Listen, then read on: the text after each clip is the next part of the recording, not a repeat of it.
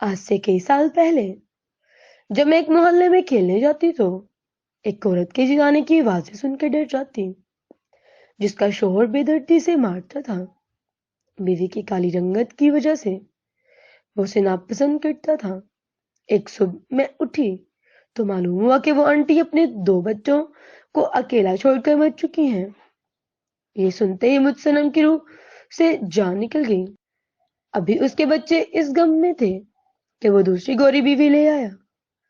آتے ہی اس نے گھر کی ہر ایک چیز کو تباہ کر دیا۔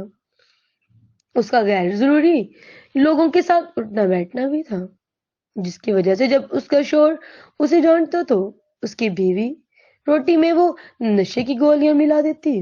کئی سالوں کے بعد جب اس کی حالت حد سے زیادہ بگڑ گئی تو ڈاکٹر بتایا اسے کینسر ہو گیا، جس کا علاج ناممکن تھا۔ اس کی موت کی وجہ اس کی گوری بیوی بنی۔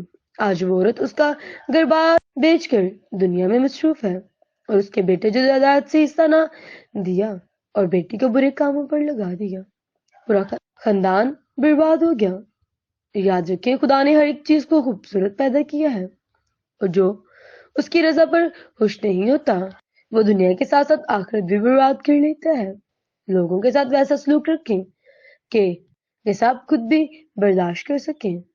رائٹر اولیگا بشیر۔ اللہ حافظ۔